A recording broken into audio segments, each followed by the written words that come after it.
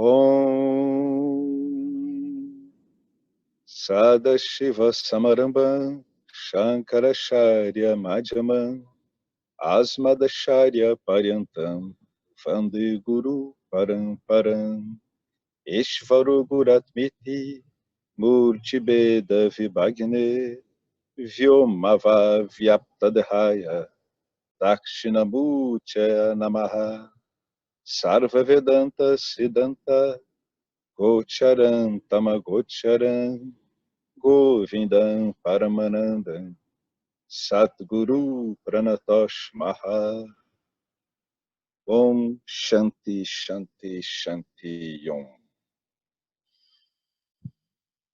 Bom, bem-vindos a mais um encontro do Yoga das Três Energias. Deixa eu ver aqui. Agora eu estou usando o Kinder também. Aqui.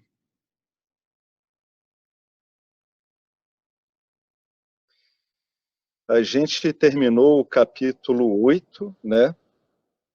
E agora vamos entrar no capítulo 9, que é Três Emoções e Pensamentos Primários. Começa assim, Sattva, o portal para a não dualidade. Portal, né? É um portal para a não dualidade, é um intermezzo para a não dualidade. Mas não se esqueça que Sattva, juntamente com os outros dois gunas, está presente em todo aspecto de Mithya, mas com intensidades diversas, né? Se você se lembra, dissemos que Ishvara é a consciência pura, original mais sattva. Nas tradições cristãs, Ishvara é conhecido por Deus, uma palavra que outrora provavelmente significava o bem. Não o bem que se opõe ao mal, mas o bem absoluto, o que é sempre auspicioso. É sempre auspicioso que existamos. É sempre auspicioso que sejamos conscientes. E é sempre auspicioso que nossa natureza seja a bem-aventurança. É quase que impossível falar uma palavra ruim sequer de Sattva, o poder revelador, refletor. Sattva aparece como o espelho da matéria, bem no começo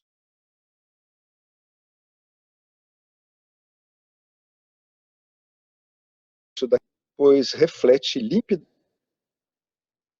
Então, o que a gente está falando aqui, fundamentalmente, é de Ishvara, mas Ishvara olhando como o princípio inteligente, organizador da manifestação, tá?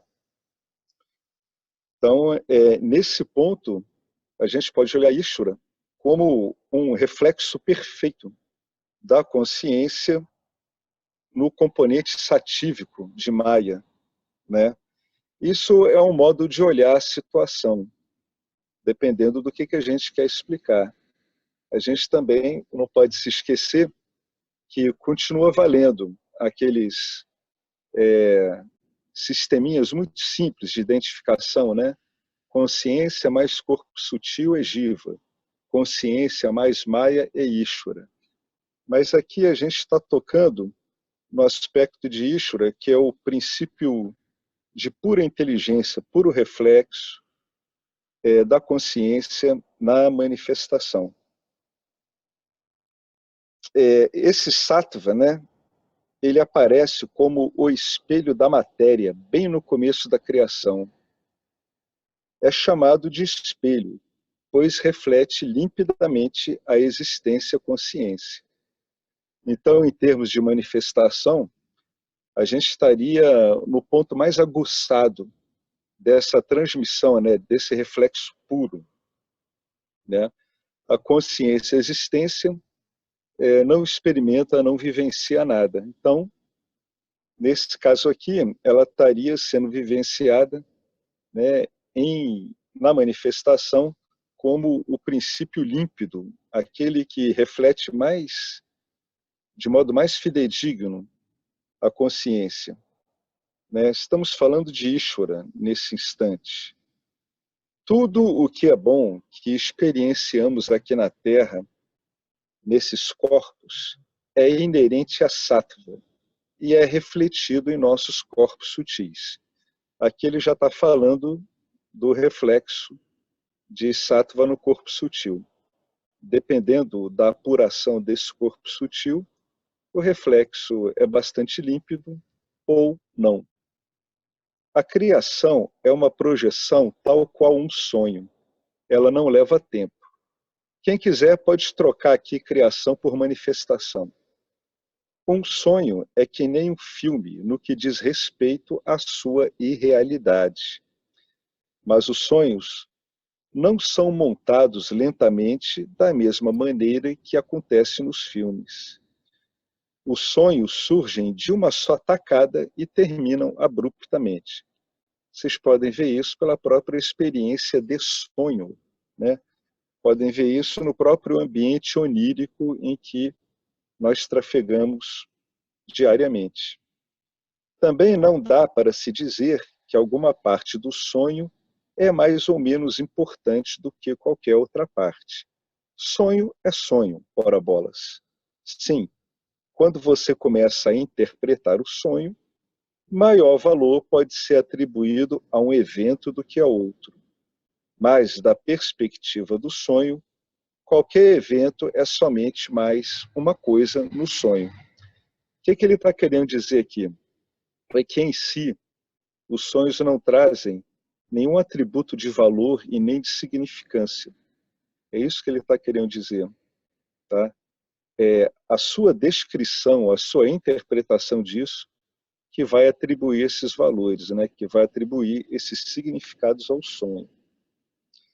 Há pessoas que enxergam o sonho meramente como uma descarga de impressões coletadas pelo corpo sutil durante o estado de vigília. Também não preciso olhar desse jeito, né? Mas é evidente que qualquer valoração que que tenha que ser dada ao sonho, ao seu ambiente onírico, vai ocorrer por intermédio do seu sistema de vasanas, né, vinculativas. Eles é que vão atribuir valor ao sonho ou não. Tem pessoas que aprendem literalmente a ignorar os sonhos mesmo. Não vejo nada ruim ou bom nisso. Depende de cada um. O que é importante é que, da perspectiva do sonho, qualquer evento do sonho é mais uma coisa de sonho, né? Dreams stuff. É uma coisa de sonho. Ocorre no sonho e só ali. Sattva, rajas e tamas são o material do qual o sonho da vida é feito. Trata-se apenas de existência-consciência aparecendo sob 3 formatos. Lembra lá atrás que a gente chegou a descrever Sattva, rajas e tamas como os blocos constitutivos de tudo o que aparece na manifestação. Além disso, você não pode separar de verdade cada aspecto de cada guna, exceto para fins de entendimento, porque os gunas, em última instância, não têm aspectos.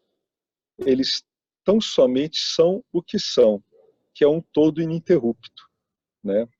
Ele está querendo dizer que a experiência não pode ser separada, em hipótese alguma, né? Esse experienciar é um todo contínuo. Mas você pode, para fins didáticos, para fins de entendimento, ou seja, para fins do seu propósito de discernimento, você pode separar a nível de discernimento cada aspecto de cada guna.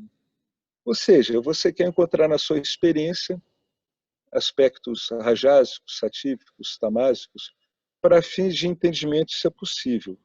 Mas é claro que eles não vão aparecer separados para você assim, né? Eles vão aparecer exatamente como aparecem em qualquer experiência que você tem. É um todo contínuo com características diferenciadas a gente usa essas características para, por indução, rastrear o guna que está preponderante naquele momento, né? Mas jamais se esqueçam que a realidade é um todo não dual. Então, como é que tudo isso vai aparecer? Vai aparecer como um todo ininterrupto, onde, dependendo da nossa necessidade de compreensão, vamos elencar ali um aspecto ou outro que é relevante.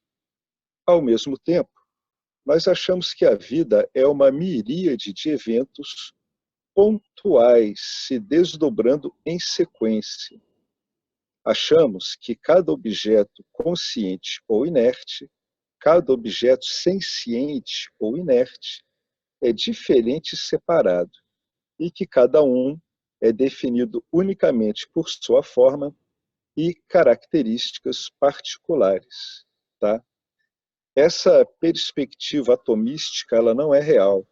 Você não está lidando com eventos separados e nem com individualidades separadas. Né? Tudo que ele descreveu aqui é o modo que a gente olha habitualmente para a nossa vida quando a gente não investiga com muito cuidado profundamente o que nós chamamos de eventos aparecendo na nossa vida, né? Então, o que nós achamos? E é desse achismo que a gente vai começar a entender o que tem de consistente nesse achismo ou não. O que achamos? Nós achamos que a vida é um amontoado de eventos pontuais se desdobrando em sequência. Então a gente acha que a vida está disposta linearmente. Olha só como é que a gente está construindo, como a gente se habituou a construir o que nos entendemos por vida. Tá? Primeiro a gente entende que é um monte de eventos separados, o que a investigação vai mostrar que não é verdade. Segundo, que eles são colocados numa ordem necessariamente causal, o que a investigação também vai mostrar que não é necessariamente verdade, e muito menos que esses eventos são pontuais e que se sucedem no tempo. Mas é bom a gente estar diante disso que o James está escrevendo, porque ele colocou aqui o modo habitual que temos de olhar como é que se dá esse desenrolar de eventos na vida. É bom que a gente perceba que isso é um modo de organizar essa sucessão de experiências. Tá? Mas isso não quer dizer que isso tenha verdade absoluta em si. Né? É o que ele está dizendo. Essa perspectiva atomística de você conseguir separar elementos, ela não é real. É útil, é usada pelas convenções, mas ela não é real. E nós estamos interessados no real. Entretanto, essa visão atomística, ela parece real para nós. Ela parece. E não podemos rejeitá-la de pronto, olha o que a gente estava falando antes, com um descontraído slogan espiritual, tal como tudo é um. Né? Tudo é um, é verdade, mas esse entendimento é sem significado, a menos que esse entendimento seja obtido mediante paciente investigação e análise de cada aspecto da nossa experiência, de modo a conseguir uma ideia clara das nossas forças e fraquezas, bem como as ferramentas que possam aprimorar os pontos fortes e melhorar as fraquezas. Por que você tem que aprimorar pontos fortes e melhorar fraquezas? Nunca se esqueça da nossa perspectiva. A nossa perspectiva é tornar o nosso intelecto uma superfície de reflexão cada vez mais límpida, né? Então, todo o nosso objetivo é aprimorar pontos fortes que vão realçar essa característica de limpidez do intelecto e melhorar os pontos fracos, que em geral são vássanas vinculativas, rajásicas e tamásicas, e algumas até satíficas, que impedem que esse intelecto reflita de modo adequado a consciência, a existência, no que a gente chama de jiva, né? Que no fundo é o que a gente entende por jiva. Nesse caso aqui, fica bom dizer que o jiva é o reflexo, né, da consciência, a existência no corpo sutil. Então, vamos tentar adotar esse corpo sutil de características refletoras o melhor possível. Para quê? Para que o nosso jiva se preste àquilo ao qual estamos nos propondo, que é investigar a realidade e consolidar o conhecimento daquilo que somos em essência, né? Com isso em tela, ou seja, o nosso objetivo, que é aprimorar a capacidade satífica do intelecto, com isso em tela, as qualidades de sattva são dispostas holisticamente, como um todo, tá? Não de modo hierárquico, dizendo que uma é mais importante do que a outra. E vamos manter em mente que são apenas todas essas características, modos diferentes de abordar o assunto em cada experienciar, né? E que cada aspecto é tão valioso como qualquer outro. Então, não estamos buscando aqui um modelo atomístico, embora vamos ter que partir dele. A gente, aparentemente, vai avaliar aspectos de sattva que são apenas modos diferentes de olhar o mesmo assunto, que é você deixar o seu corpo sutil mais adequado, né? Cada aspecto é tão valioso quanto qualquer outro, ou seja, não há uma escala de efeitos satíficos que você tem que buscar aqui. Primeiro eu vou buscar isso, depois eu vou buscar aquilo, não. Não é nada disso. Esse ensino, embora o corpo sutil vá amadurecendo, ele não obedece a esse sistema de escadinha ou de crédito, onde um passo seguinte tem que ser dado pelo anterior. No nosso caso, onde a gente recebe esse ensinamento como um todo, a gente vai aplicando tudo isso simultaneamente, de acordo com a experiência em que estamos vivendo. Então vamos lá. Ele começa aqui. Alguém quer acrescentar alguma coisa em relação a essa introdução que ele colocou aqui? Essa introdução que ele colocou aqui é só para ele dizer como é que ele vai começar a investigar, né? A gente ainda não entrou em detalhes do que ele entende por esse título que ele colocou aqui. 3 emoções e pensamentos primários, né? Ele quer mostrar como é que essas coisas estão juntas. Provavelmente ele vai encontrar os reflexos mais importantes emocionais desses 3 gunas, né? E o tipo de pensamento mais básico que ocorre, né? Quando a gente está associado a essas emoções. É como se ele estivesse dando para a gente uma visão geral de como é que ele vai construir sistemas de investigação aqui. Eu vou continuar. Se alguém tiver alguma dúvida, aí a gente para e dá uma olhada nessa dúvida. Ele começa aqui, um sistema de alarme ancestral, né? Alarme ancestral, né? É útil, é uma coisa que matura com o correr, né, da criação, no que a gente chama de tempo. Como é que ele botou isso aqui? Ele vai recordar a manifestação aqui, a gente vai fazer uma concessão, vamos chamar isso de criação, conforme estava no texto original. Na sequência da criação, né? Estamos agora colocando a criação como um sistema ordenado, para que possamos compreendê-lo. Na sequência da criação, apresentada no capítulo 3, você se lembrará de que o primeiro estágio da criação era puro sattva, ou o que pode mais ser puro em sattva quando a gente fala de mitya, né? É o que podemos ter de mais puro sattva nesse momento. Não havia contágio de rajas, né? Não estava atacado do vírus rajásico. Esse ensinamento nos dá pistas de um dos mais maravilhosos aspectos de sattva, que é a introversão. Então você já está com uma outra pista aqui, né? Um grande aspecto de sattva, que é a introversão.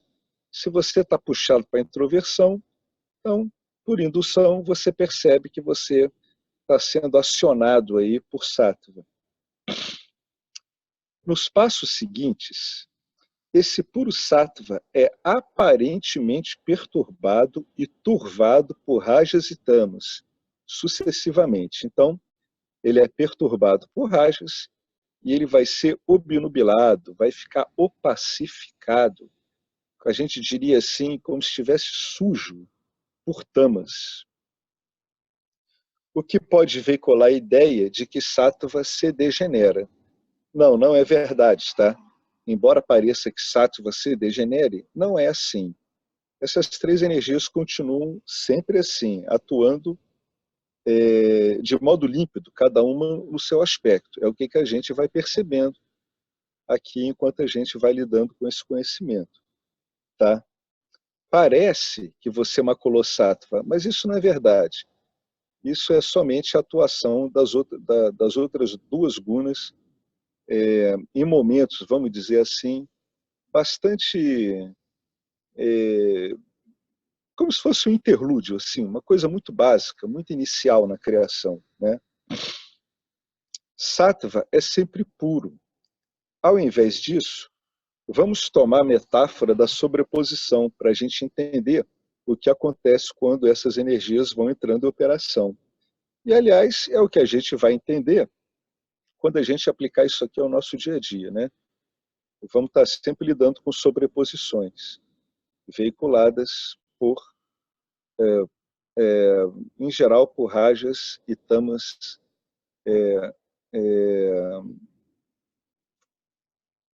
como é que a gente chamaria isso? Eu esqueci o nome. Vinculantes. Né? Então, a gente vai ver que esse modelinho que ele está sendo traçado aqui, lá nas alturas, entre aspas, vai se repetir aqui embaixo, entre aspas. Vamos tomar a metáfora da sobreposição e a gente vai provar que sattva não vai ficar obnubilada por nenhuma dessas atuações das duas outras energias. Né? Vamos lá. Essa metáfora da sobreposição, que é o modelo, para você visualizar melhor, ela vai apresentar a realidade na forma de camadas simultaneamente impostas por Maya. Repara que a gente está criando aqui um modo de ver, né? Como é que então vai aparecer essa metáfora da sobreposição? Imagine camadas sobrepostas simultaneamente, né? Aparecendo em Mitya. Essas camadas são impostas por Maya, né? Não esqueça que Maya tem uma função funcional também. Maya também significa criar. Né? Você está gerando todo esse monte de nomes e formas, né? Sejam elas sutis ou não. É claro que a ideia de camadas também implica dualidade. Tá? Tem que estar atento a esses modelinhos. Então, a gente não vai conseguir muito em termos de não dualidade. Mas, por outro lado, vamos conceber uma relação entre sattva e rajas e tamas. Como é que a gente vai conceber essa relação para a gente entender isso aqui? Ó, rajas e tamas estão dispostos sobre uma base satívica. Essa metáfora pode ser muito útil, tá? Se vocês quiserem usar bem essa metáfora, sempre pode imaginar isso. Você tem uma base de puro sattva, onde simultaneamente vão sendo colocados camadas sobrepostas de rajas e de tamas. Né? Mas sempre em cima de uma base satívica. Tal qual duas mãos de tinta sobre um límpido chão de madeira. Então, o límpido chão de madeira é sattva. Você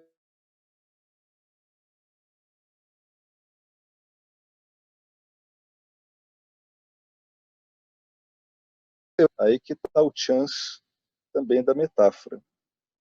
Quando rajas e tamas são as energias predominantes, rajas e tamas obscurecem, por assim dizer, sattva. Não escondem sattva completamente, mas mascaram de muitas formas. Então, o que você vai ter que fazer? Você vai ter que saber, conforme a necessidade, em desfazer esse aparente mascaramento. Né?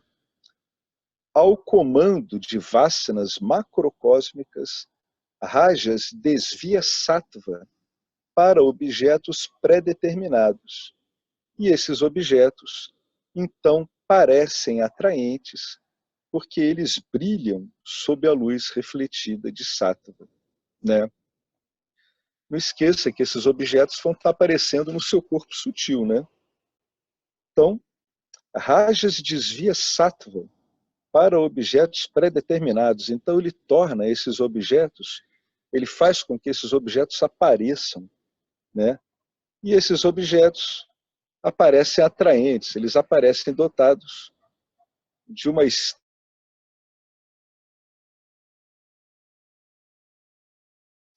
elementos, mesmo elementos insencientes, e achar que eles têm existência própria.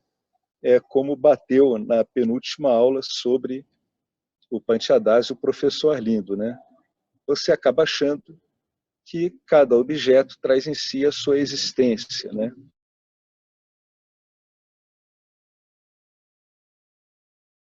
Aqui, as vássanas macrocósmicas dão esse efeito, né? Através do movimento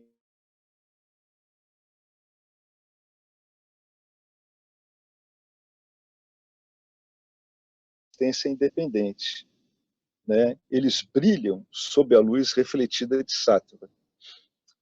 A mente torna-se então extrovertida, enquanto ela se detém nesse brilho e desenvolve apego ao objeto, ocultando a verdadeira fonte, que não é o objeto, né? Na verdade, o truque é esse. Você dá a impressão de que o objeto brilha, quando na verdade o que brilha é aquilo que torna o objeto visível. Uma metáfora para isso muito útil é quando você está olhando um poste de dia, uma parede de dia, e você diz que você está vendo fundamentalmente um poste ou uma parede. Você só esqueceu aí de dizer que você está vendo luz. Porque se você não estiver vendo luz, você não vai ter luz para iluminar nem o poste e nem a parede.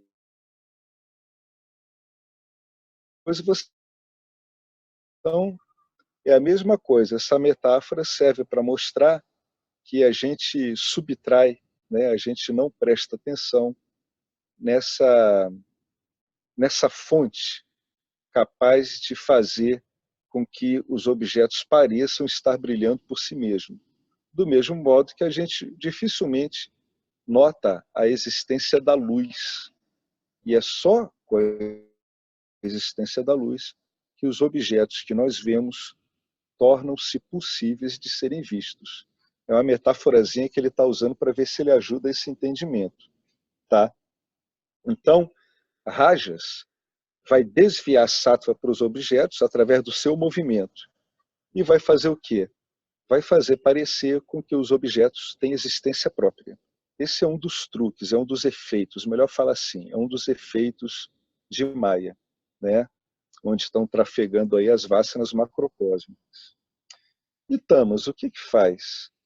Tamas, por outro lado, obscurece tanto a mente, ela nubla tanto o intelecto do indivíduo, que Sattva é praticamente velada e, no máximo, produz um brilho opaco. Então, assim é válido tomar a yoga dos gunas não como uma produtora de sattva, embora sim pareça, mas como reveladora de sattva. Então, o que tenta se fazer aqui com esse método aqui do James? É revelar sattva, né? Porque, na verdade, sattva é que está revelando objetos, né? E sattva que vai permitir que você se revele a você mesmo. Então, a gente está tomando inicialmente essa modelagem toda,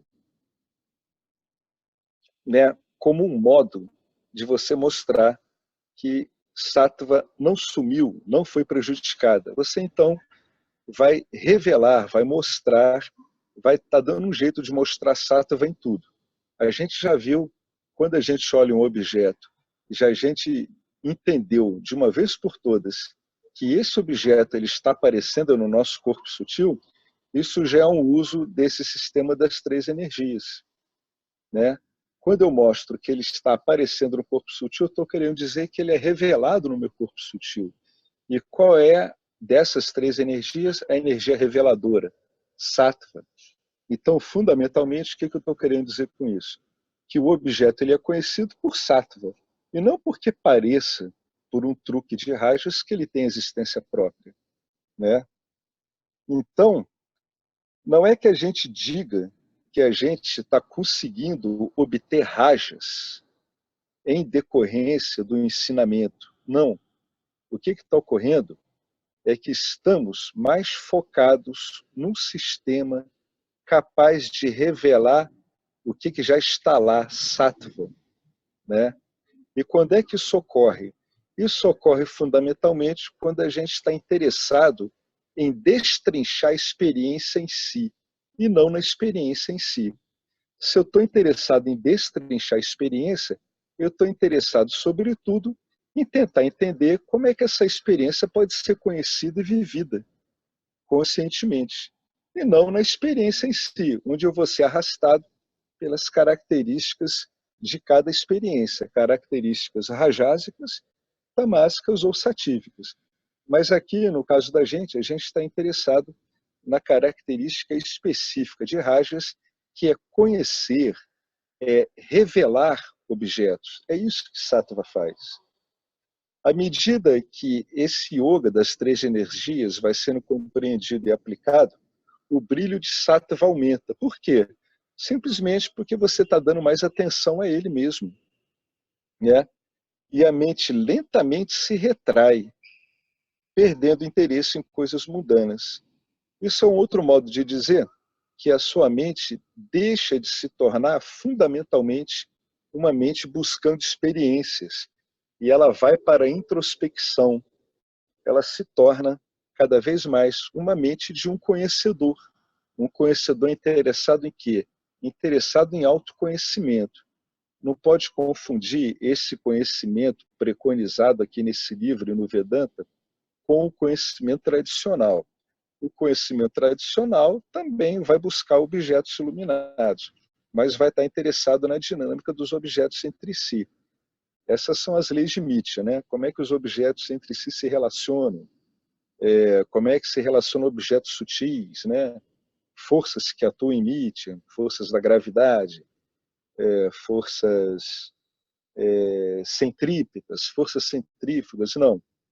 Embora a sattva seja predominante nessas duas atuações, aqui a gente está interessado no autoconhecimento. Autoconhecimento é você ficar substancialmente um cara interessado em destrinchar a sua experiência imediata, em avaliar os valores que você está dando para ela. É isso que é um autoconhecedor em Mitya, né? Ele está interessado na experiência em si. Ele não está interessado em viver a experiência como um samsara. Ele quer conhecer o modo como a experiência ocorre. Essa é a melhor explicação. Ele quer entender como é que essa experiência ocorre nele e não ficar se envolvendo com as experiências. Então, esse efeito que o James está dando aqui, ó, à medida que esse yoga progride, o brilho de sattva aumenta. Por quê? Porque o objetivo desse yoga é que você se dê conta do brilho de sattva mesmo. E a mente lentamente se retrai, ela para de se extroverter, ela deixa de ser uma mente buscando por experiências e perde interesse em coisas mundanas. Então, o que ele está querendo dizer? Que você não está tão interessado numa mente sansárica como estava antes. Bom, vamos lá. Agora ele vai descrever o caso da sua mente ser predominantemente satívica. Ô Alex, deixa eu te perguntar, porque me chamou bastante atenção essa frase, né? E o yoga das gunas, dos gunas, não como produtor de sattva, né? Mas como revelador, a partir do conhecimento, como a gente já tem falado de tudo que é ignorância, né? E o que é autoconhecimento. Da mesma maneira aqui, porque eu ficava pensando antes gerenciar as três gunas, né? Uhum. Mas me parece, então, que o que ele está dizendo é que não há uma produção de sattva, mas há uma atenção para a sattva, né? E para essa mente dessa maneira, porque com o conhecimento eu diminuo o interesse nos objetos. E aí, por isso que quando o professor fala eu desisti de meditar, né, isso não interfere na produção ou não de sátiva, porque aí também não é uma questão experiencial, é uma questão de remover a ignorância e compreender sátiva, rajas e tamas também. É isso, né, que ele está dizendo aí? É isso mesmo, é isso mesmo. No caso do professor, quando ele parou de meditar, é porque ele compreendeu o meditador como um objeto também. Então, não que meditar não seja apropriado ou não, né? A gente sabe que é uma prática que pode ser apropriada, mas depende de como você faz. Se o indivíduo ele busca a meditação com o objetivo de ter uma boa experiência somente, então ele não está compreendendo essa experiência, né? Ele está querendo, antes de tudo, obter os frutos dessa experiência, antes do que entendê-la. Então você nunca está criando coisas, é isso também que é importante a gente reparar, né? A gente aqui não está criando coisas, as coisas já foram manifestadas, né? Ou estão manifestadas agora, ou estão em potencial, mas já estão manifestadas, né? Em semente ou aqui, aparecendo conforme a nossa experiência, né? A nossa experiência, esse experienciar, a gente não está acrescentando nada a ele em termos de matéria, em termos de energias sutis ou não. A gente não está fazendo nada disso. A única coisa que a gente está cada vez mais interessado aqui é num componente de conhecimento, cuja base é sattva. Né? Então, é por isso que a gente não produz sattva, a gente não produz rajas, a gente não produz tamas. Eu sempre acho interessante pensar como se fosse um surf. Você vai surfando ondas. Você vai vendo que essas ondas satívicas sempre estiveram tão presentes quanto as ondas tamásicas e as ondas rajásicas, às quais nós nos tornamos habituados pelo condicionamento. O que o conhecimento faz é revelar sempre essas ondas satívicas que sempre estiveram presentes. É isso mesmo, é por puro conhecimento. A gente não produz sattva a partir de alguma coisa. Não, eu vou transformar rajas e tamas em sattva. Você pode até usar essa linguagem de um modo figurado, mas é evidente que você não vai transformar rajas e tamas em sattva. Não, você vai aprender a olhar a sua experiência. Estamos aprendendo a olhar a nossa experiência sob o ponto de vista fundamentalmente satívico. É isso que a gente está aprendendo a fazer. Então, nós não produzimos uma coisa que já está aí. Nós apenas estamos cada vez mais interessados nesse tipo de surf. Em vez de ser um surf rajásico, tamásico, a gente quer um surf mais satívico, um surf de entendimento, de compreensão. Por quê? Porque não estamos mais interessados em obter benefícios, né, frutos das nossas experiências, né? Tem um problema aí que é você querer obter frutos de sattva. Então você tem que estar muito bem esclarecido para que você não se prenda nos frutos satívicos, porque eles são muito bons, né? E você pode acabar se esquecendo de que você está usando sattva como ferramenta, né? Não como algo em si, né? Não porque eu quero obter uma mente satífica para ficar curtindo uma mente satífica. Isso pode ocorrer em decorrência do que a gente está fazendo aqui, mas não é o objetivo. Então é isso mesmo, o que a gente está fazendo? É desvelando sattva em cada experiência. Você vai lidar com uma experiência, o que você vai fazer? Você vai fundamentalmente procurar um posicionamento satívico, né? Não querendo dizer aí que você não vivencia os outros dois, né?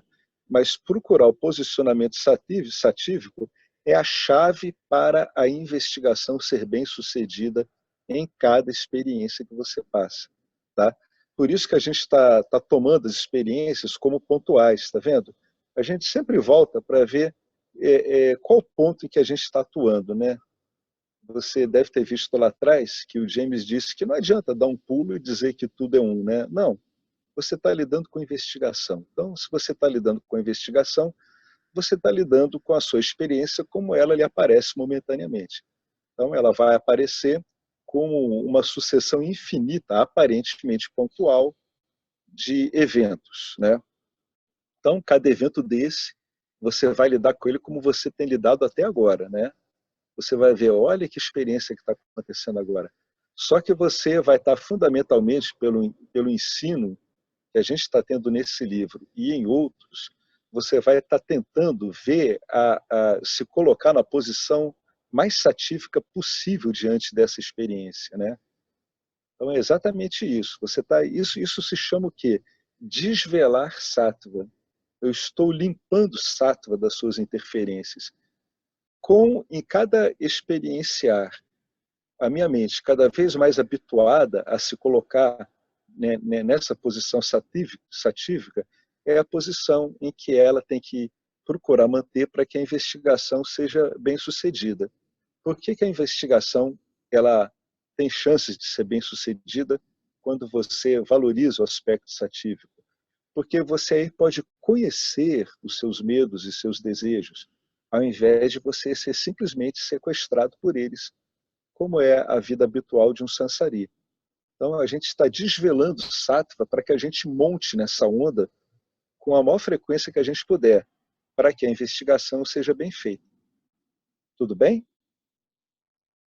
Sim, tudo bem. É que agora eu olhei de uma outra maneira, né? Interessante, porque por essa linha da atenção, né? E do conhecimento, e que as três energias estão ali e não modificam, na verdade. Sim. Só a atenção que você está colocando naquele momento é em uma ou em outra. Mas nesse texto deu para perceber que na analogia, né, que ele fez, são camadas que acontecem, que estão as três presentes ao mesmo tempo. Isso. E Sempre falas, assim. e falas que antes eu tinha assim, eu sou rajásica, ou isso ou aquilo, não faz sentido. Exatamente, Betânia. Agora você bateu no ponto. Não faz sentido você dizer que você é rajásica. Não faz. Não, não faz. Depende da situação. E não faz, e agora faz mais sentido ainda, porque assim, antes de eu ter contato com o Vedanta, eu meditava mais do que eu medito agora. Uhum. A minha mente é 50 vezes mais calma do que era antes. E nesse parágrafo, quando fala sobre esse yoga das gunas, não como produtora, né, mas como reveladora, faz todos, me traz a conexão do porquê isso acontece, né? Então, gostei Isso. muito desse parágrafo. Esse ponto que você tocou é bem bacana. A gente começa a entender por que a coisa vai acontecendo desse jeito, né? Você simplesmente compreende a fenomenologia. Por que ela ocorre assim, né? É o que vai acontecendo mesmo, né? É isso que você colocou mesmo. A sua mente, através da compreensão, ela vai realmente se tornando satífica. Porque qual é a diferença fundamental aí, que a Betânia tocou num ponto que ele é muito importante.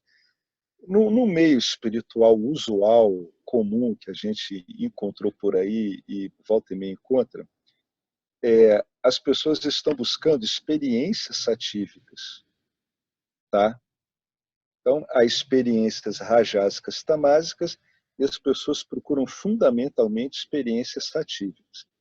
No nosso caso, não é esse.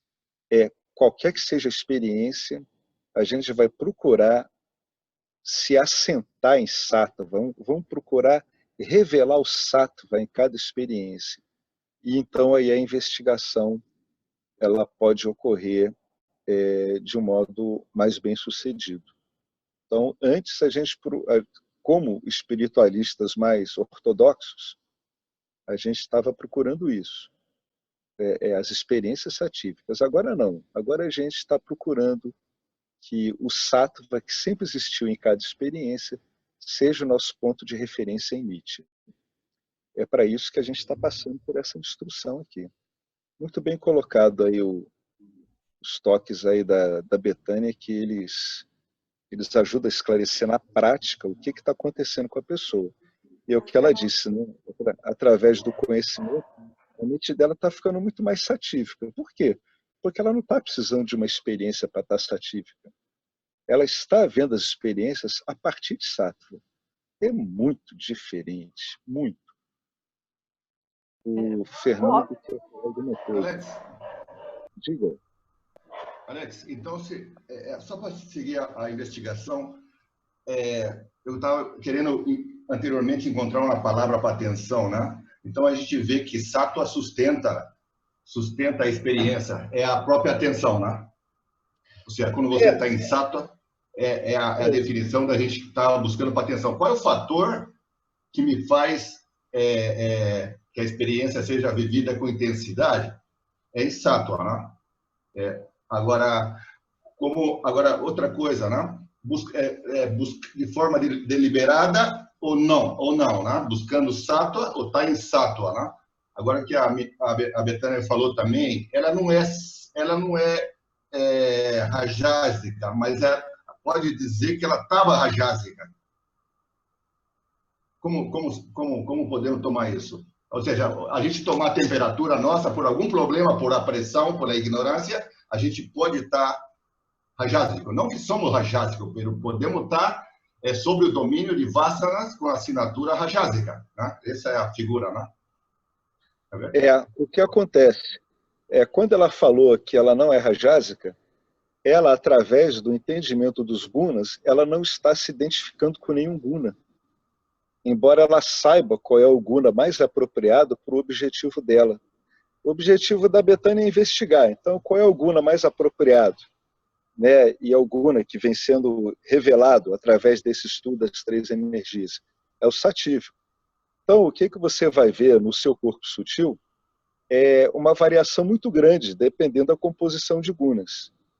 Quem vai se dedicando ao autoconhecimento vai ficando mais comum encontrar uma paisagem satívica no corpo sutil.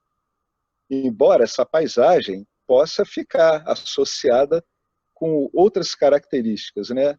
Pode aparecer muitas vezes muito tamas, muito rajas, etc. Mas fundamentalmente, deliberadamente, como você fez questão de colocar aí, o que o Jiva começa a procurar, né? O Jiva começa a procurar fundamentalmente o sattva, que está velado em cada experiência, porque ele sabe que é a partir daí que ele pode investigar, né? É o campo do conhecimento, é a energia do conhecimento. Então, ao você aprender a lidar com esses gunas, você para de se identificar com eles, inclusive com o Raj, com o Sattva, entende? Você não é satívico. Não, você é a consciência, né? Você está aqui nessa assemblagem específica chamada Jiva, e você está tendo que se virar com o que vai aparecendo. Então, já lhe foi dito que cada experiência sua, ela, como qualquer experiência em Nitya, ela é composta desses 3 blocos de construção, né? Sattva, Rajas e Tamas. Nas experiências onde urge você investigar, você vai procurar um posicionamento satívico. Por quê? Nas experiências que urge investigar, quer dizer que você ainda está sendo dominado por outras gunas, né? Você está sendo dominado pela identificação com os gunas. Pessoas assim, excessivamente espiritualizadas também, ficam dominadas por sattva. Então tem que ter muito cuidado com essas 3. Aqui a gente está usando sattva como uma porta. Lembra do subtítulo que ele colocou ali atrás? Ó? Olha o que ele colocou aqui, que bacana. Ó. Logo que a gente começou esse capítulo, olha aqui, capítulo 9, 3 emoções e pensamentos primários. Sattva, portal para a não dualidade. Tá? É a porta. Revelando sattva em cada experiência, a gente vai cada vez colocando no portal satívico apontado para a não dualidade. A gente pode falar assim, entendeu? Você quer ver uma aplicação que a gente entende ela ocorrer numa outra linha? Por exemplo, você pega o caminho óctuplo do Buda, aquilo ali tudo é um uso de sattva para a não dualidade, né? Ele está transformando, ele está procurando evidenciar na capacidade de discernimento da pessoa características fundamentalmente satívicas, que é onde o discernimento funciona melhor. Né? Por que o discernimento? Porque o discernimento é que vai permitir você se separar no entendimento das experiências. E se você está separado das experiências, você aprende a não se identificar mais com gunas, e sim saber gerenciar o seu lidar com eles, né? Imagina que você tem um monte de ondas de forte magnitude e você aprende a se situar em relação a cada uma delas. Isso que é gerenciar gunas. Você vai pegando carona nas ondas apropriadas. Ok, Alex, obrigado. É o que ele coloca aqui, ó, Fernando, olha que interessante. Caso a sua mente seja predominantemente satívica, a sua vida flui sem esforços. É um certo exagero dizer que flui sem esforço, mas flui com uma quantidade de esforço consideravelmente menor, né? Ao redor de obstáculos, tal como água, tal qual a água contornando grandes rochas em um rio. Por quê? Porque sattva te deixa alerta para os sinais de aviso que precedem erupções de energia rajásica, né? Quanto mais você vai ficando em sattva, mais você começa a notar aquelas coisas que começam a borbulhar como rajas, né? Antes de que explodam numa onda rajásica poderosa que te carregue junto. Entende? Quanto mais a sua mente vai ficando satívica, mais você vai trabalhando esse sistema de alarme ancestral que ele está dizendo, olha, sattva, isso é um sistema de alarme ancestral. Por quê? Porque é uma posição que permite a você conhecer os movimentos pelos quais está passando o corpo sutil. Então, se você conhece os movimentos pelos quais está passando o seu corpo sutil e o seu objetivo é fundamentalmente o do autoconhecedor, então você vai dar preferência para tudo, menos para embarcar nessas ondas que estão começando a borbulhar. Na verdade, o fato de você saber que essas ondas estão começando a borbulhar é o suficiente para que você não seja tragado por eles. Olha a coisa interessante aqui, ó. As situações são difíceis somente se você não estiver preparado para elas. Ou seja, se você tiver... Parece engraçado dizer isso. As situações são difíceis se você se envolver com elas. É isso que ele está querendo dizer. Se você se envolve com elas sem discernimento nenhum. Elas se iniciam na mente sob a forma de pensamentos. Tá? Agora, olha só, isso tudo é um todo contínuo. Elas se iniciam na mente sob a forma de pensamentos, mas já vêm associados componentes emocionais aí, ó. Essas situações, elas se iniciam na sua mente. Essas situações, o que ele está querendo dizer é que essas situações, quem vai dar o valor e o status delas perante você é você mesmo. Tá? É isso que ele está querendo dizer. Você vai passar pelas mesmas situações porque você está sendo obrigado por suas vássanas, você está aqui por karma. Então você vai passar pelas mesmas situações, né? O enfoque que você vai dar nessas situações, aí vai depender do tipo de objetivo que você tem, né? As situações, elas sempre são assim. Elas se iniciam na mente sob forma de pensamentos. Se você puder refletir sobre esses pensamentos à luz dos ensinamentos, rajas, não terá oportunidade de maturar, de amadurecer em emoções ilusórias, que inevitavelmente formatam problemas kármicos, especialmente conflitos entre pessoas. Você observa aqui que muito do enfoque que se faz em cima desse tipo de ensinamento de autoconhecimento é que para que você filtre as sobreposições ilusórias, né? Um dos nossos grandes problemas são sobreposições ilusórias. Você está jogando tintas em cima da projeção primária de Ishvara que nada sustenta essa pincelada que você está dando, a não ser a sua crença nelas. É isso que ele está querendo dizer. Fundamentalmente, esses ensinamentos aqui, eles vão reduzindo a quantidade de projeções ilusórias que você vai jogando.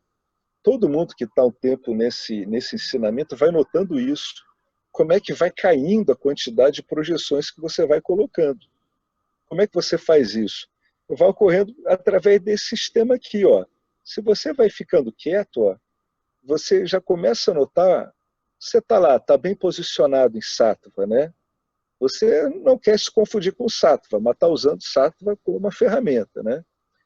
O que isso vai propiciar a você? A investigação da qual falamos anteriormente. Ó. Se eu estou com uma mente predominantemente satívica, eu consigo ver que naquela situação específica ali, a raja está começando a borbulhar. Né? Se eu não tivesse com uma mente bastante satívica, provavelmente eu já estaria me misturando com esse borbulhar. E eu seria arrastado por essa projeção ilusória. Né? Como é que você detecta isso? Você detecta isso através do modo como tem sido mostrado nesse livro. Esses pensamentos rajásicos inicial, quer dizer, essas situações rajásicas, inicialmente elas vão começar por pensamentos rajásicos no seu corpo sutil. O que vai ser dado para esses? O que vai permitir que essas situações comecem a se transformar em borbulhas rajásicas no seu corpo sutil? Ora, exatamente o que estamos vendo aqui, né? O condicionamento aparecendo sob a forma das energias. É isso que a gente está estudando aqui, sempre sob esse enfoque. Né? É isso que vai permitir que isso comece a borbulhar. O que é, em última instância? As suas vasanas. Você está sempre lidando com você mesmo. Qualquer pergunta que você fizer no autoconhecimento, o conhecimento ele vai devolver a sua pergunta a você. Como quem diz assim, tá bom, você está falando isso, mas você tem que ver como é que isso funciona aí, que é o que importa. Só você pode ver como funciona aí. Alguém pode te ajudar, como esse livro, como um bate-papo, como um bom professor, como esse professor que, graças a Deus, nós temos. Mas, fundamentalmente, você vai ter que aprender a ver isso aí em você mesmo, no tal do seu corpo sutil. Né? Então, é sempre essa estrutura. Ó. As suas vasanas, numa determinada situação, estejam elas prontas para emitir projeções mais ou menos fidedignas à situação, não importa, elas vão sempre ocorrer assim, vão começar borbulhando. Né? É isso que as suas vasanas vão te trazer. Né? Elas vão te trazer esse borbulhar de impressões. Se você tiver predominantemente satívico, você consegue investigar. Opa, o que é isso que está acontecendo? Você já não vai ter mais o hábito de entrar nas suas vasanas, nos efeitos delas automáticos, que vão aparecendo como pensamentos.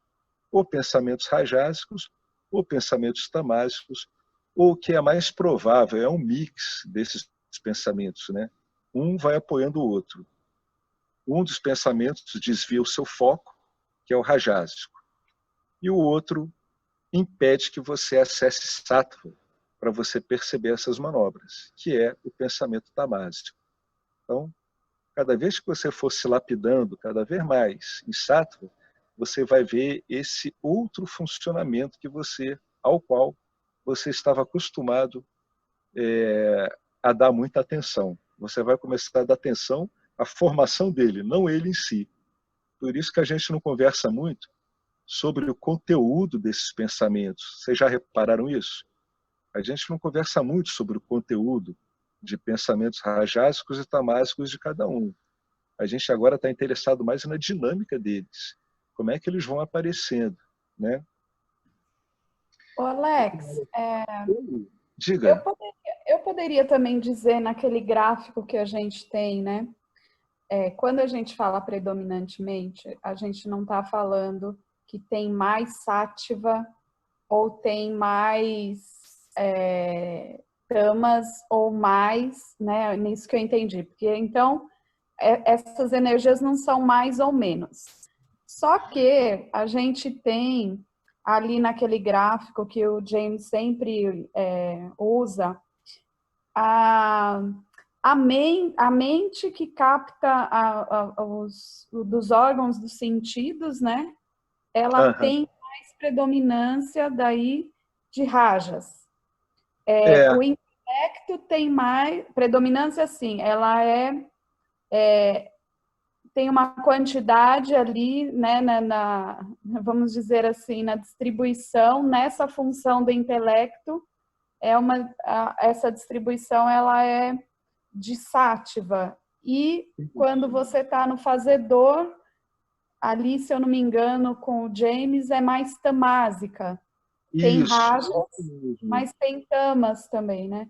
Então, assim, então, a predominância, quando se fala, eu vou dizer de uma forma meio básica, tá?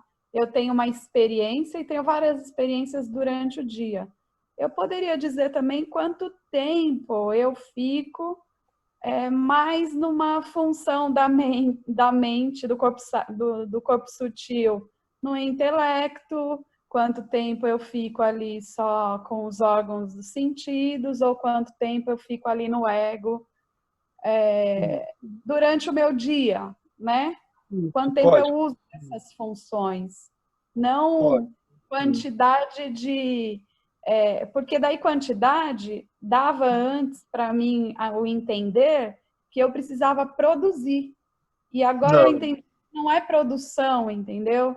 E que é sim a função que eu uso do corpo sutil, não da mente, né?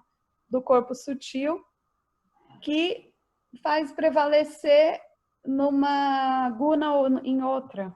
Não sei, fiquei pensando aqui se é isso.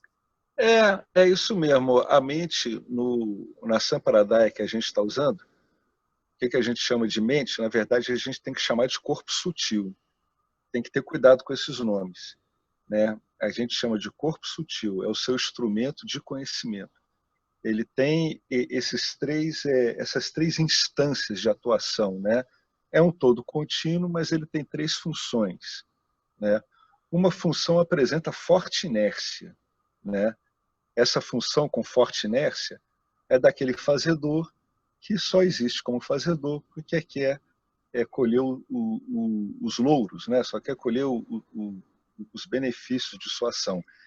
Esse seria o componente mais tamásico, mais enrijecido, é o que a gente chama de ego.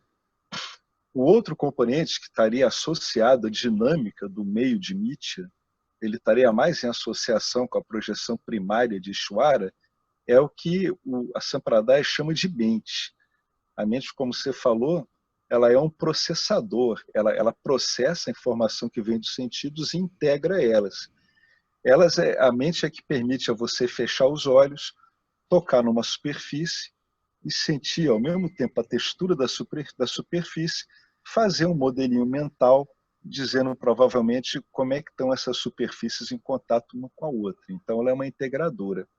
Agora, embora a gente lide com essas duas funções, né, a função tamásica mais egóica, a rajásica mais desse processador integrador, né, que seria a mente, o Vedanta ele vai trabalhar mais o discernimento. E o discernimento, o conteúdo fundamental dele é sattva mesmo. Então, você teria um intelecto bastante lotado, bastante saturado de sattva. Né? É como se você estivesse exercitando fundamentalmente o intelecto e retirando camadas e projeções ilusórias em cima do ego e em cima da mente. Você para de sobrecarregar esses dois, né? Você começa a ler o ego naquele entendimento que a gente tem, de que aquilo ali se trata de um fazedor, né? Uma determinada visão de si mesmo que busca obter um resultado. A gente aprende a acomodar esse ego de modo que ele fique útil. E a mente também. Né? A gente, através do estudo das funções da mente, como é que ela lida, né? com essas impressões aí básicas aí do mundo, né? Que são os 5 sentidos, são as atuações que a gente faz, a excreção, etc. A gente aprende também a não se misturar muito com ela, embora a gente naturalmente vai usar isso de um modo bem melhor. No fundo, Betânia, o que a gente está fazendo é dar a cada uma dessas funções a função que ela tem que ter em cada situação. É isso que a gente está fazendo. Quanto mais você se aprofunda nesse estudo, mais você é engraçado, mais você fica apto a saborear de um modo mais adequado as coisas, mais você fica apto a ver as vantagens do seu ego e as desvantagens dele, né? Esse balcãozinho de trocas com o meio que é o ego, ele tem características boas e características não tão boas, né? Então a gente aprende a lidar com ele de modo adequado, substituir valores, se for o caso, e a gente aprende, sobretudo, a discernir tudo isso a partir do intelecto. É como se fosse aquele cara vendo tudo com juízo, é o intelecto, né? É exatamente como vai funcionando esse sistema. Você vai estudando esses componentes que a gente coloca, que na verdade são funções que a gente está vendo que o corpo sutil faz.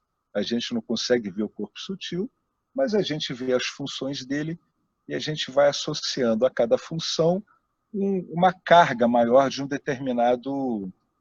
determinada guna. É assim que a gente vai trabalhando. Ao mesmo tempo, uma coisa interessante no intelecto é que quanto mais ele fica afiado, ou seja, quanto mais ele produz resultados na sua vida prática, de um certo modo, as duas outras funções básicas que a gente tem, a gente chamaria, né, as funções da mente e do ego, mas eles vão ficando bem delimitados também e você menos se complica com eles também. Porque as funções, o papel desempenhado pela mente, que na verdade é meio que se debruçar em cima da parte sensorial, né? E o ego, né? Sempre querendo usufruir dos resultados ou fugir das coisas. Se você olhar bem, se o seu corpo sutil está muito focado na mente e no ego, isso quer dizer que ele está sobrecarregado de rajas e tamas, né? Você está usando muito a mente para coletar informações, né? E para que isso lhe dê prazer, e você está usando o ego para escapar das coisas que vão lhe trazer incômodo e tentando repetir as coisas que vão lhe trazer, conforme a sua experiência, uma satisfação. Então, essas duas funções, a da mente e a do ego, que elas vão ficando mais bem balanceadas também, à medida que o conhecimento vai tomando lugar, né, no corpo sutil. À medida que você vai tendo o intelecto bem instruído, automaticamente as outras duas funções vão ficando bem distribuídas também, né? Você fica um bom executor. Você não espera muito resultado, né? Então você aprende a prestar atenção na ação em si. Você vai saborear alguma coisa, você está bastante desimpedido, né? Você não está sobrecarregando o teu sistema sensorial para que ele te traga coisas a partir de um determinado ponto que ele não consegue trazer, né? Quantas vezes as pessoas aqui ficaram repetindo experiências sensoriais e hoje em dia a gente vê que essas experiências sensoriais não podiam dar além do que estavam dando, né? A gente estava atribuindo a essas vivências com o ego e com a mente, a gente estava atribuindo a elas uma capacidade de gerar satisfação, prazer, ou de nos afastar de dissabores que elas já tinham dado tudo que podiam ter dado, né? Isso ficou claro? Como é que está aí para vocês isso? Tranquilo. Né? Por que isso estava ocorrendo? Isso estava ocorrendo porque a gente não tinha um ensinamento adequado que permitisse a gente discernir as coisas. Discernir na nossa experiência do corpo sutil.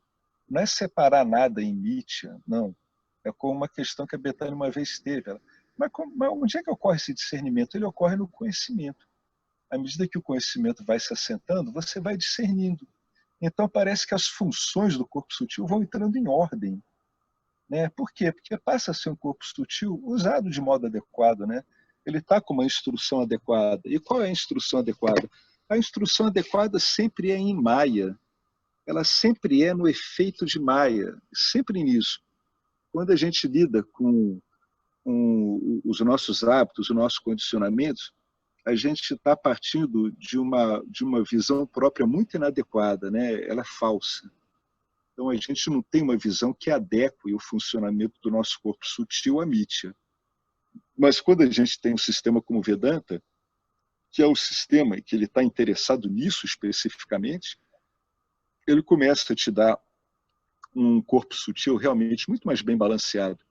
Te dá um ego balanceado, te dá uma mente balanceada, te dá um intelecto finalmente valorizado, né? É assim que a gente vai procedendo, né? Por isso que ele disse aqui, ó, se você puder refletir sobre esses pensamentos que criam essas atribulações, né, de origem rajásica, tamásica, se você puder refletir sobre eles à luz do conhecimento que a gente está tendo, não haverá oportunidade dessas gunas maturarem em emoções ilusórias, que é o que inferniza o jiva. O que inferniza o jiva são emoções ilusórias que estão embasadas por pensamentos oriundos da ignorância. Qual é a ignorância? Eu sou uma entidade fazedora, usufrutadora, né? Essa dobradinha, ela começa a perder força, né? Dos pensamentos e das emoções ilusórias associados a uma entidade ilusória. A entidade é ilusória, por isso que ela fica criando camadas ilusórias de projeção, né? E nessa brincadeira ela vai criando problemas, né? Especialmente com outras pessoas, né? Rajas, nesse caso aqui que ele tocou, né, o assunto, não terá oportunidade de maturar em emoções ilusórias, que inevitavelmente formatam problemas kármicos, especialmente que acabam dando o quê? Acabam se materializando em forma de conflitos com outras pessoas, né? Então vamos continuar aqui. Aqui ele tem um gráficozinho, né? É aquilo que a gente estava falando. Olha só, como é que vocês estão aí com esse gráficozinho da mente autorrealizada e da sensárica? Estão com ele aí na página do livro? É. Olha só a diferença que a gente estava falando, ó. Uma mente autorrealizada e uma mente sansárica. Uma mente sansárica, ela é predominantemente extrojetada em direção aos objetos. O que ela entende? Ela entende que os objetos estão fora delas, então ela deve fugir dos objetos ou se aproximar deles. Então, uma mente sansárica, a predominância dela, pela própria dinâmica dela em Nitya, é rajas e tamas. Rajas faz ela tomar atitudes em direção a benefícios e tamas faz ela tomar atitudes em relação a prejuízos. Esse é o funcionamento básico de uma mente sansárica, né? Como é que está dividido aqui o corpo dela? Ó? Ela está com componentes egóicos enormes e da mente também. Olha que coisa interessante, é exatamente o que a gente está falando. Está vendo? A mente dela e o ego estão tomados por rajas e tamas, né? A parte mental está dominada pelo desejo. O desejo é sempre eu quero. E a parte do ego está tomado por medos, né? O ego está muito sempre tomado por medos, né? Ele está sempre apavorado com a possibilidade de aniquilação dele, né? Porque ele sabe que ele é um programa que sabe que é volátil, que ele tem fim, tá? Então você tem aqui o quê? Você tem aqui uma mente saturada de rajas e tamas, sob a forma de medos e desejos. E o que resta para o intelecto? Não resta nada, né?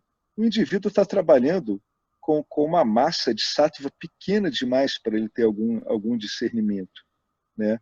Ele está sujeito à dinâmica do corpo causal de modo inconsciente, que continua bombardeando o corpo sutil dele. Tudo isso é inconsciente, tá?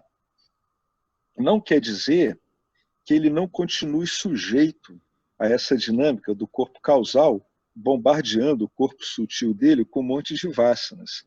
Pô, claro que não. Mas o que acontece? Ele, sabedor dessa dinâmica, ele não fica impressionado com o conteúdo dessas estruturas que vêm do corpo causal. Porque é um grande problema quando você fica impressionado com esse conteúdo sempre. Porque ou você quer esse conteúdo próximo a você, ou você quer se livrar dele, né? Essa é a mente samsárica. Numa mente autorrealizada, a coisa é bem diferente, né? Os componentes de desejo e medo estão reduzidos às suas funções adequadas, conforme aparece aqui. Eu estou vendo isso aqui pelo Kindle, está realmente um pouco difícil, porque eu estou sem cores. Está vendo? Você tem vásanas egóicas, e você tem vásanas sansáricas e vásanas tamásicas, é normal. Você também tem pacto de sattva aqui também. Mas, fundamentalmente, você tem um corpo sutil onde ele tem uma predominância maior de sattva.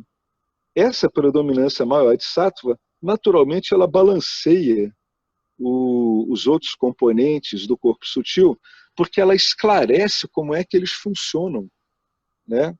É isso que ocorre.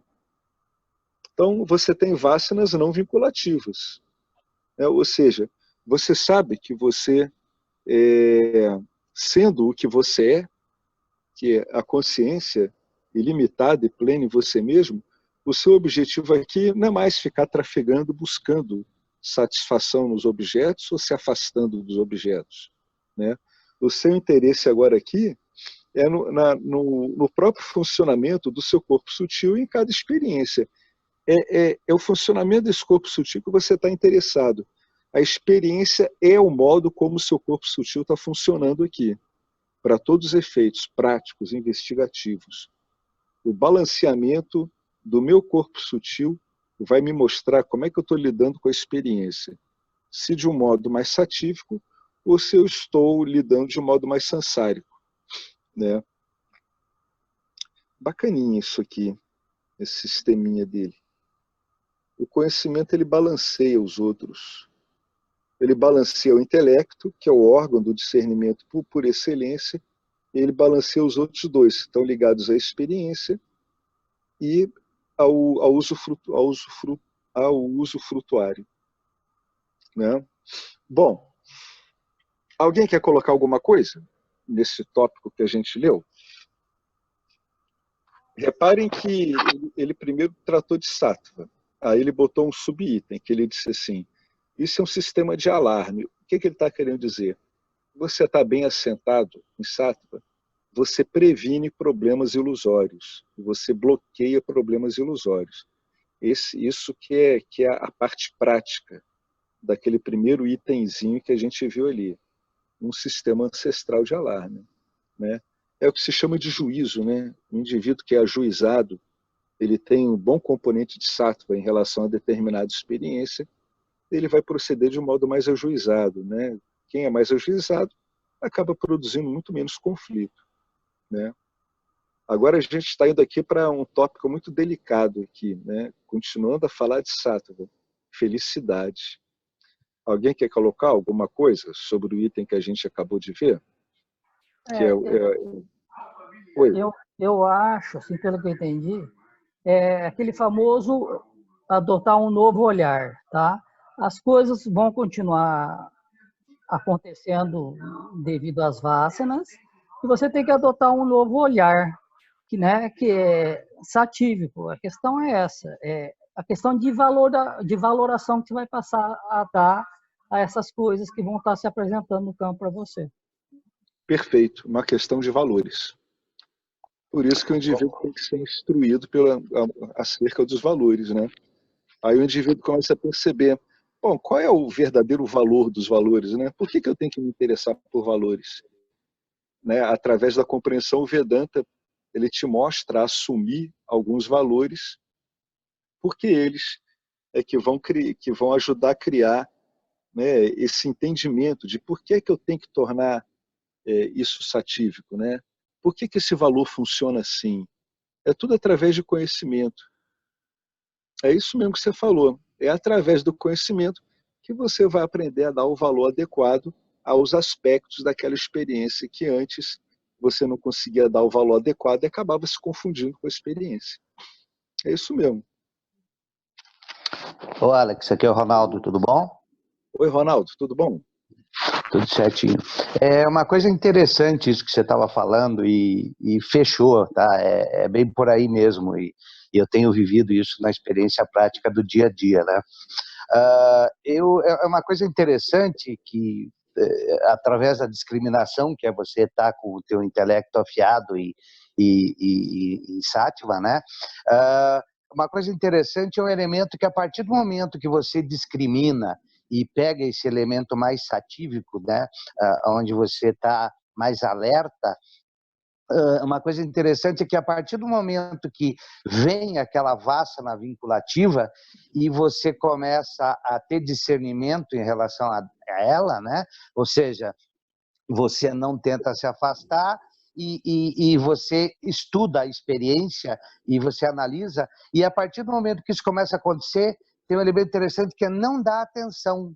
Ela vem a segunda vez, você já não se impressiona mais, ela vem a terceira, mas é uma coisa interessante como é que essa atenção ela acaba alimentando essas energias, é o poder da crença, né? Como é que o poder da crença acaba fortalecendo isso ou mantendo essa energia cada vez mais viva, né? A partir do momento que você não dá mais atenção, que você não tem mais a crença, ela começa ela começa a desaparecer. E isso aconteceu aqui, tá? É uma coisa bem interessante, realmente funciona na prática. O que é bacana é que você expõe em linhas gerais o que acaba acontecendo com todo mundo, eu noto isso comigo também. Né? É como se a gente não... É como se a gente visse claramente que não tem mais sentido acreditar nessas coisas. Entendeu? Isso vai ficando claro. Pode falar, desculpe. Sim, continue. E você vê também que, se você discriminar bem, vamos imaginar o pensamento medo, né? É um elemento inerte, né? É uma energia que está associada a vários conceitos, várias memórias que você viveu ao longo da vida, e se você discriminar isso bem profundamente, você vai ver que isso não tem conteúdo válido nenhum. É só um pensamento. Com certeza. Né? E é tão ridículo como é que a gente, digamos, o ego, ele se vinculou tanto a isso que ele passou a ver essas projeções como realidade. E na realidade não tem realidade nenhuma. Né? Isso é Maia, né? É aí que você vê o poder da crença em conjunto com o ego, né? Como é que a gente passou a viver uma situação totalmente ilusória, com projeções ilusórias, porque eu observo aqui que 99,9% do tempo nós estamos projetando ilusões internas. O nosso mundo nós estamos sobrepondo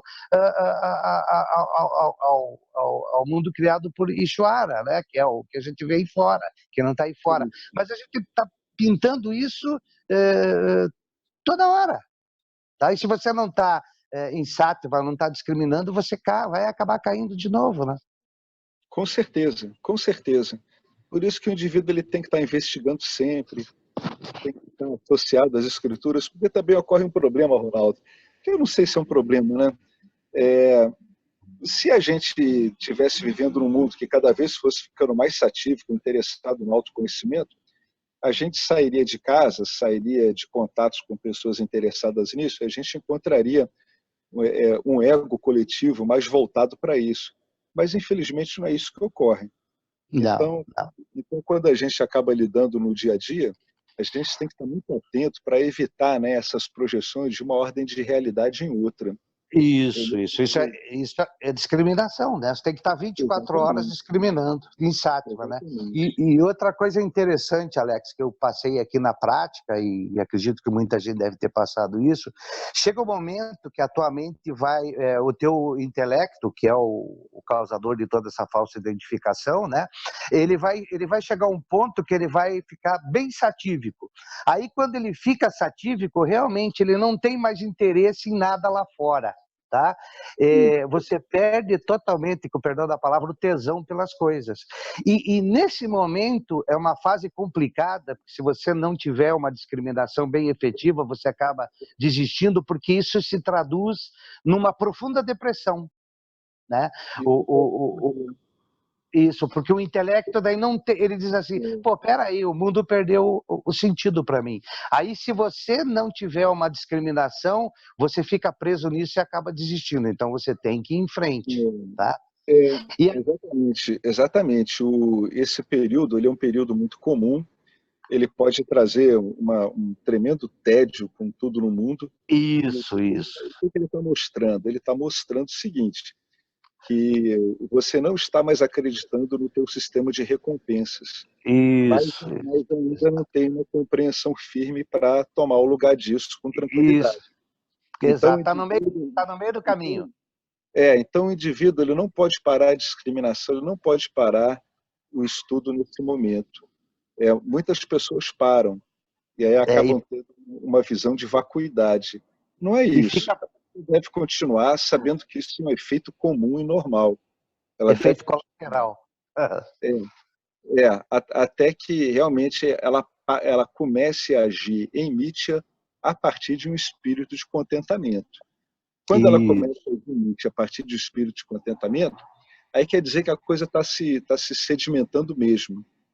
Quando se chama de Ananda, não é melhor falar Ananta, ilimitação começa a aparecer no interior da pessoa. Só que daí tem uma fase 2, que aí você sativizamente de um ponto tal, que aí você fica, que nem o Arlindo falou, você tem que tomar cuidado, senão você fica preso em sátiva. Né? Ou seja, aquela calmaria. Então você tem que ver que isso também é um objeto que está sendo testemunhado, que isso aí é a mente alta, o intelecto que está altamente satívico.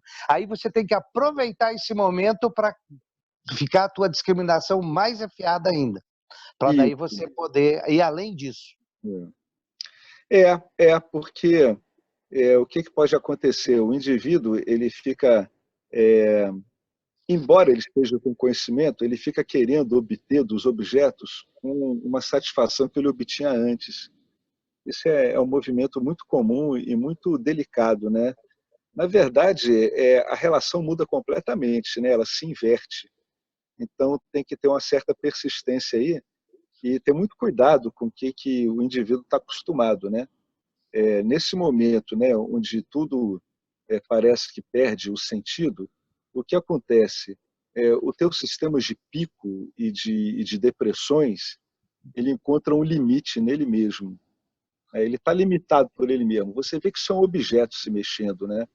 E você tem que ter uma conclusão muito interessante, porque tudo o que você foi treinado a entender como contentamento, satisfação, está nessa dinâmica de picos e vales, né?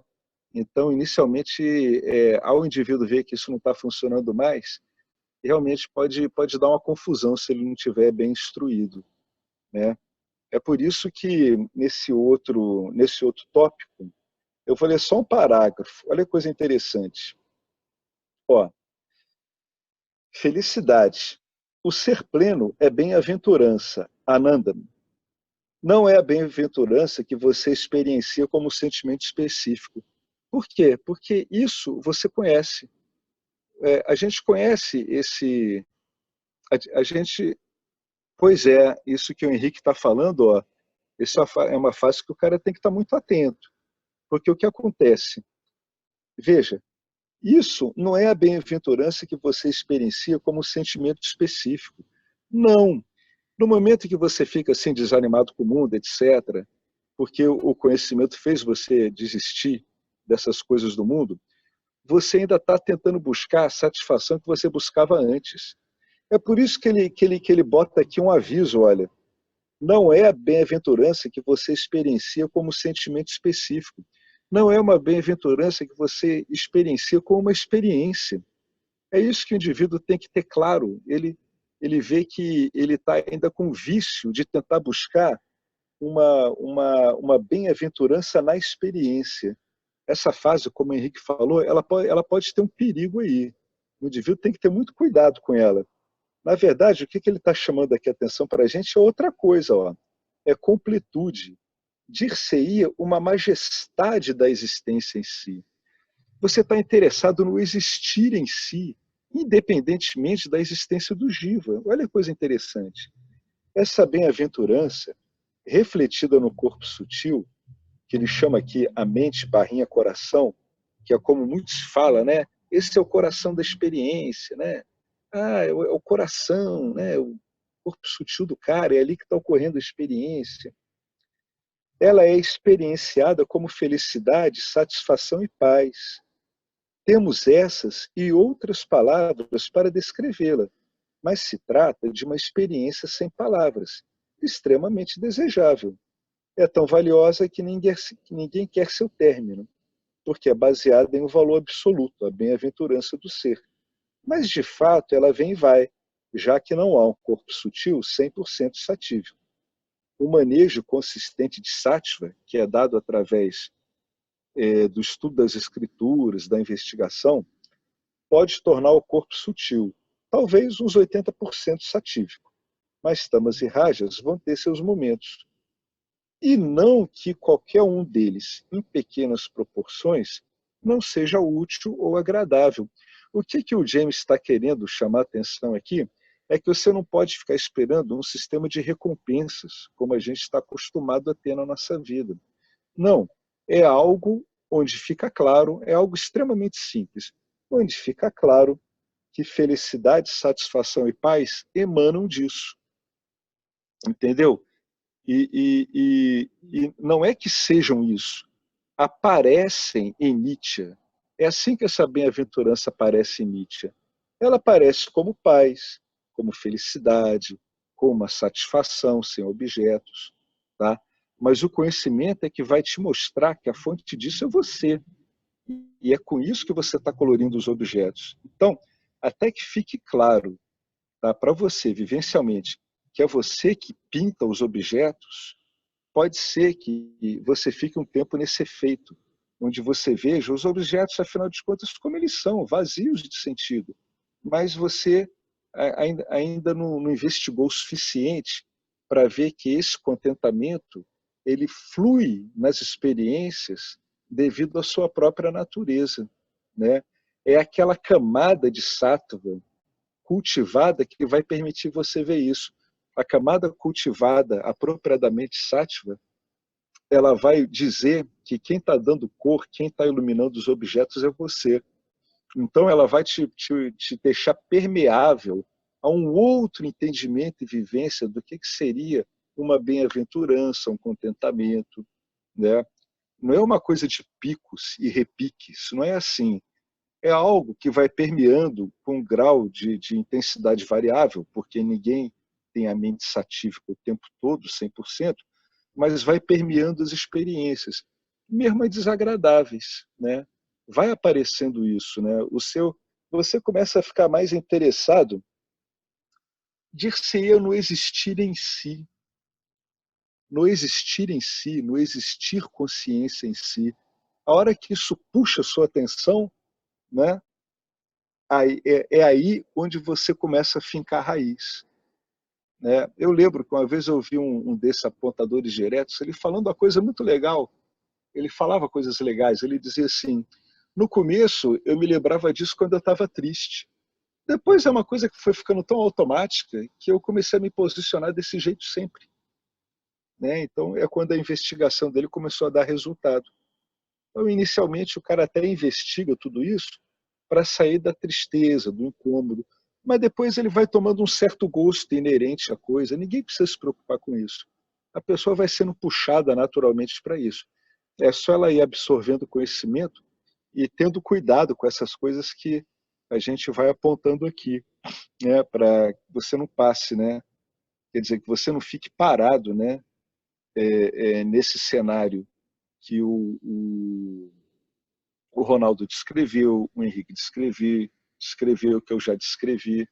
Esse é um cenário, né? A coisa parece totalmente sem interesse, nem nada. Tem gente que não passa por isso, muitos passam. Né? Por quê? Porque você ainda está procurando alguma coisa no objeto. É isso que essa sensação tem que ser entendida à luz do conhecimento. Tá? Eu estou vendo tudo desprovido de vazio, está tudo um saco, tá cacete, está tedioso. O que é isso? É que isso está mostrando que você ainda está procurando alguma coisa lá. Isso não é errado nem é certo. tá, gente? Mas isso tem que ser visto como que é. À medida que você vai tomando ciência disso, isso começa a liberar você para você entender que esse contentamento, essa paz em cada situação, isso vem de você. Isso não vem de Nietzsche. Tá? É como aparece em Nietzsche. A gente tem muitas palavras sobre para descrever isso. Como o próprio James falou aqui, né? Temos essas e outras palavras. Mas, na verdade, se trata de uma experiência sem palavras, e ela é desejável, porque ela não se perturba pelo andamento dos objetos em Nietzsche. Isso que é bacana nela. Né? Bom, a gente está aqui com 10 minutos para as 10. Eu gostaria de encerrar aqui, a gente se lembrar, né, que a gente está nesse Felicidade. Você nota que ele veio logo para isso aqui, porque isso aqui é algo que confunde muitas pessoas, né? E confunde muito elas. A gente vai ver com cuidado. Se o texto não tocar, a gente vai tocar, porque as pessoas confundem as ordens de realidade e projetam uma na outra. Então, um dos modos mais assim curiosos e danosos dessas projeções é quando o Jiva dá vazão à projeção dele, ele tenta se ver como um Jivão, como um Ishvara da vida, né? Isso ocorre inconscientemente na maior parte das pessoas. Em outras pessoas com traço mais paranoico, isso começa a ficar muito forte, né? A pessoa começa a ter sonhos de grandeza.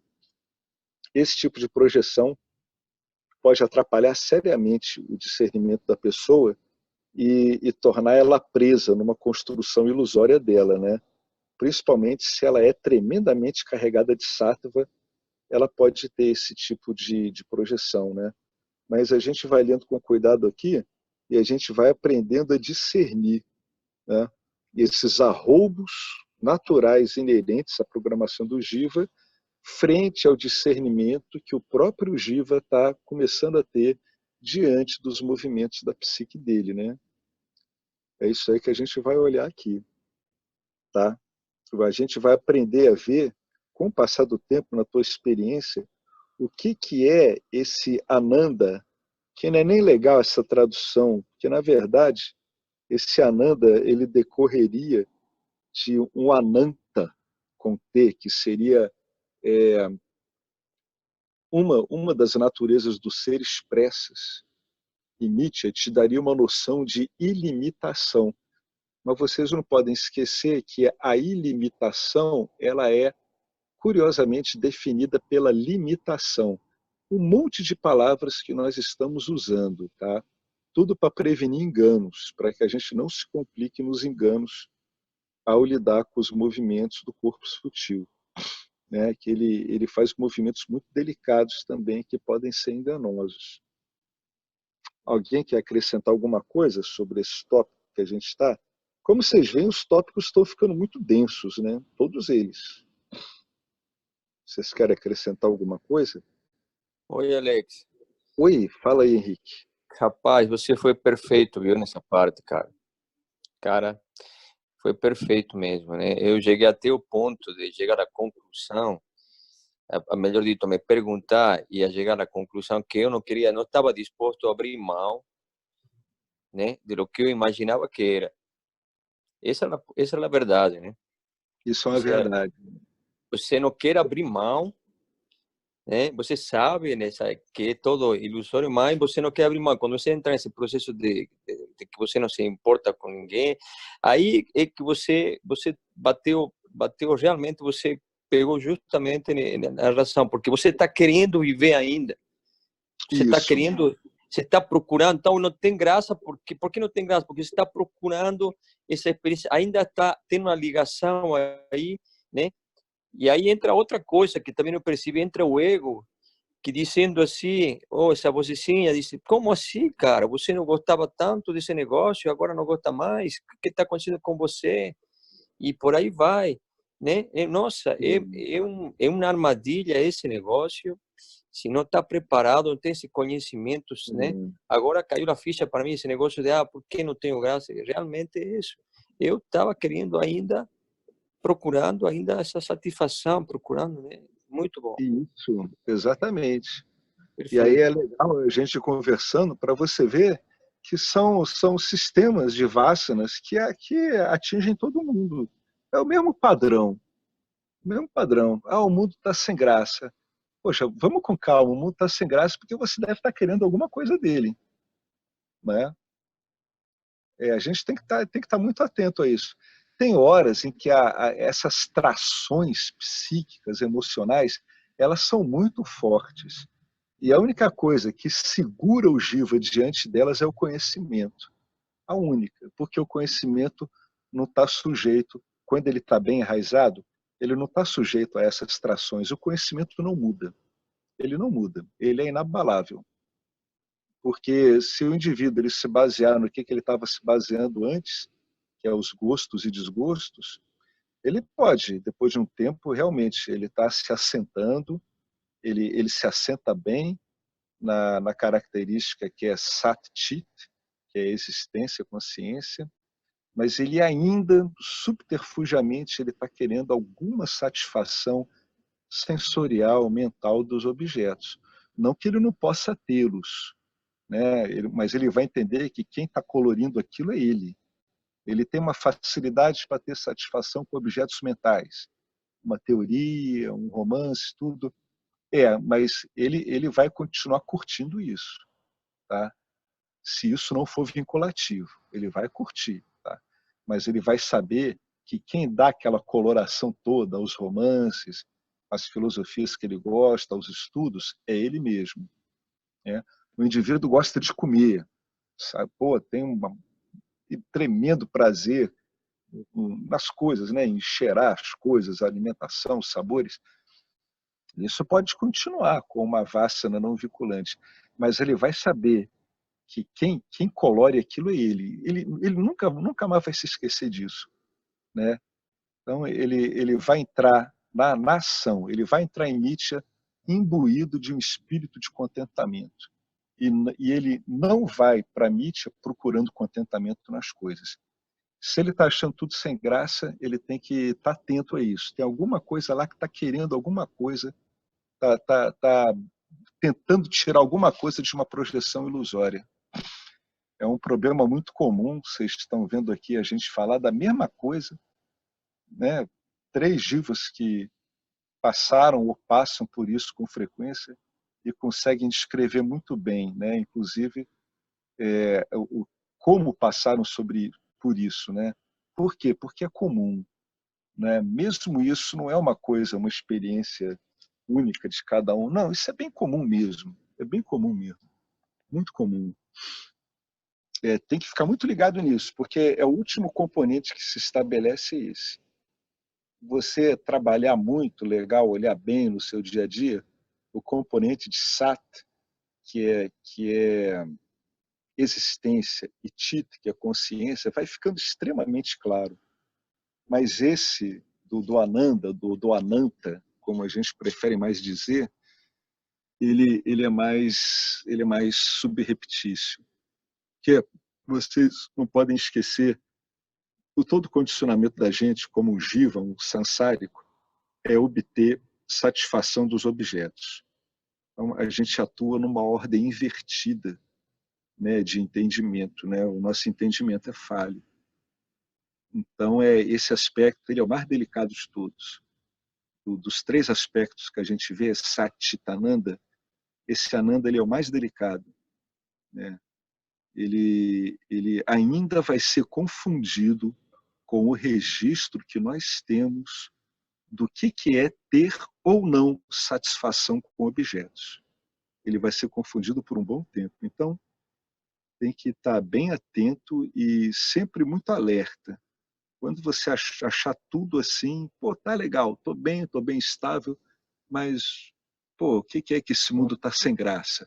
É um bom indicativo de que isso não está maduro. Isso tem que ser olhado 1 vez, 2, 3 mil, 4 mil, 5 milhões, 8 bilhões, quantas vezes for necessário. Até que o entendimento claro sobre isso venha na sua vida, venha no seu trajeto em Nietzsche mesmo, como jiva. Né? É aqui, em Nietzsche como jiva, que esse conhecimento dá frutos. só pode dar frutos aqui mesmo. Outra ordem de realidade é a ordem de causa de tudo, então nunca há problema nessa ordem. O que a gente poderia chamar de problema? Né? É uma ordem onde não há ignorância. Então, se não há ignorância, também não tem por que você se preocupar com isso. Os problemas estão sempre em Mithya, sempre. O que você pode fazer? Criar ideias sobre Sattva e ficar projetando em Mithya. O que é um tipo de projeção delicado também, né? Tem que ficar atento a isso aí. Beleza, gente? Tranquilo aí para vocês? É coisa de contemplação mesmo. O cara tem que ficar contemplando isso. Tem sempre um lado que inibe a contemplação, que é o dissabor, né? As estruturas, né, que estão treinadas na gente, elas dão muito esse sinal de dissabor, o ensinamento, né? Pô, essa porra às vezes não está me dando benefício nenhum, calma. Tá dando benefício, vai com calma. É que tem o X do benefício que você ainda não se deteve o suficiente com você mesmo. Você vai ter que se deter com você. Vai ter que ser visto isso aí, né? Cada um vai ter que ver por si mesmo como é que a coisa funciona. Ô, Alex, só dá um testemunho, que nem na igreja. Vedanta funciona, tá? E Vedanta funciona, não tenho dúvidas disso.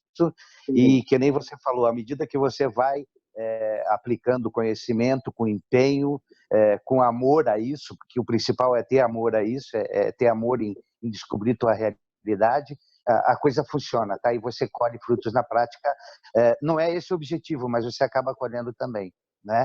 Então, não é esse o objetivo. Jamais pode ser o objetivo. Isso. E outra coisa, tem que ter empenho, tá? Não é fácil. A noite escura da alma chega para muita gente, como chegou para mim, para você. Então, não é fácil, não é assim do dia para a noite, porque nós temos milhares de anos, né, milhões de anos de condicionamento que o corpo sutil foi acumulando. Então, você não pode esperar tirar isso em um dia e uma semana. É óbvio. A energia que está ali, ela está muito densa. Então, você tem que usar a energia, entre aspas, contrária para tirar essa densidade, né? Então, isso não é do dia para a noite, mas funciona. Que funciona, com certeza. Não tenho a menor dúvida quanto a isso. Nenhuma. Funciona mesmo. Tudo beleza, gente? Alguém quer colocar mais alguma coisa? Só para... Tem uma frase que uma vez eu li e agora entendi perfeitamente, né? Que diz que todo mundo busca a paz, mas ninguém a suporta. Exatamente. Porque o cara encontra a paz dele e o que ele vai dizer? Né? Ele vai dizer, pô, que saco. Calma, tem que dar uma parada. Nisargadatta, que era um apontador direto, ele dizia isso também, né? As pessoas chegam aqui dizendo que querem paz, mas eu olho a vida delas, o que elas estão fazendo, afinal de contas, para manter e valorizar essa paz, né? Querem paz, mas vivem se metendo em confusão. Então, é verdade, a gente tem que, né, trabalhar, tem que botar a paz na frente, né? E através do estudo dos valores, ver, né, qual o melhor modo de trafegar aqui sem criar confusão, né? É o que interessa também bastante isso. Né? Você ser um jiva adaptável, dócil mesmo, né? Não precisa ficar criando confusão e obstáculo para as coisas, né? Bom, encerremos, pois, então? Tranquilo? Então, vamos lá, Purnamada. Om Purnamada, Purnamidam, Purnamudachyate, Purnasya, Purnamadaya, Purnameva Vasishyate. Om Shanti, Shanti, Shanti. Gratidão, muito obrigado a Ishwara, muito obrigado ao Vedanta, gratidão a essa Sampradaya e a todos nós aí, com os nossos intrépidos jivas aí, trafegando e navegando aqui sob a luz aí do conhecimento.